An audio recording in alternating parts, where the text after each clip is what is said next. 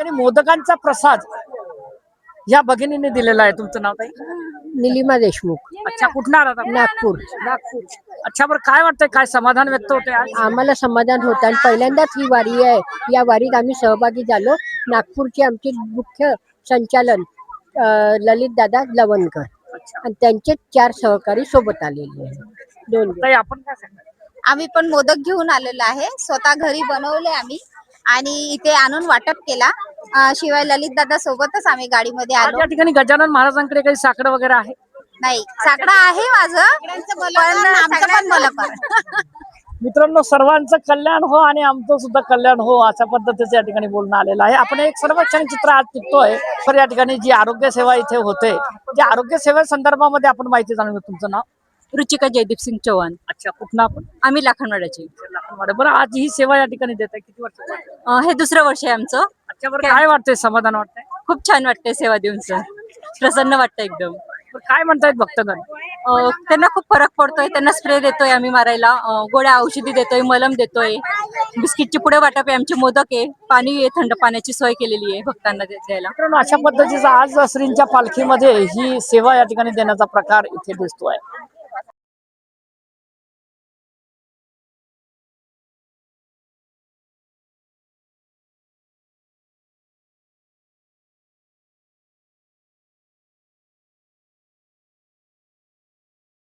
आज आपण ही जी सेवा बघतोय, ही खरोखर सेवा या ठिकाणी कशी आहे त्यांनाच विचारतो. तुमचं नाव?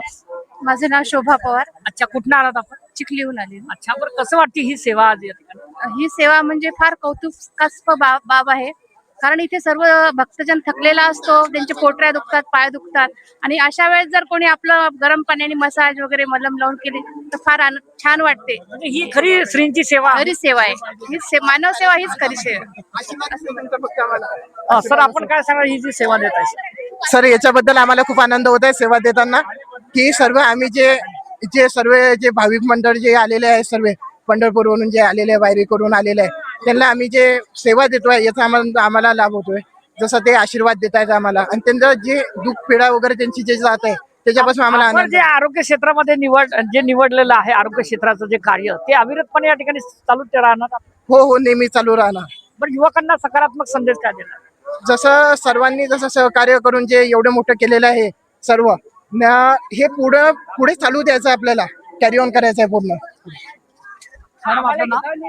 माझं नाव ईश्वरी जोशी, मी पण मलकापूरचीच राहणारी आहे सर. काय सांगणार, हा जो क्षण कसा आहे?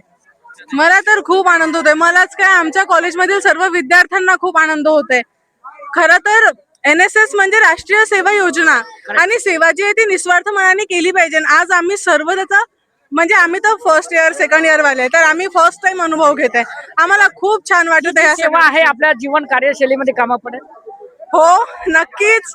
आम्हाला उलट लोकांचे आशीर्वाद मिळत आहे, खूप साऱ्या गोष्टी अनुभवायला मिळतात. कुठे गेल्यावर कसं वागायचं, कम्युनिकेशन स्किल वाढते, डेअरिंग वाढते, मेन म्हणजे कॉन्फिडन्स येतो. डिसिप्लिन सुद्धा या ठिकाणी आहे श्रींच्या पालखीमध्ये. काय वाटतं? हो, खूप डिसिप्लिन आहे. कोणीच त्यांची लिमिट क्रॉस करत नाही, बोलताना पद्धतशीर बोलतात, कोणी जास्त खराबही बोलत नाही, जी लाईन आहे तीच असते, कोणी शिल्लक बोलत नाही, खूप पद्धतशीर. आम्ही जसं त्यांना विचारतो तसं ते आम्हाला सुंदर प्रकारे प्रतिसाद देतात की नाही मॅडम, धन्यवाद माऊली. खूप छान वाटते त्यांच्याशी बोलूनही. खूप छान. आपण आपलं नाव?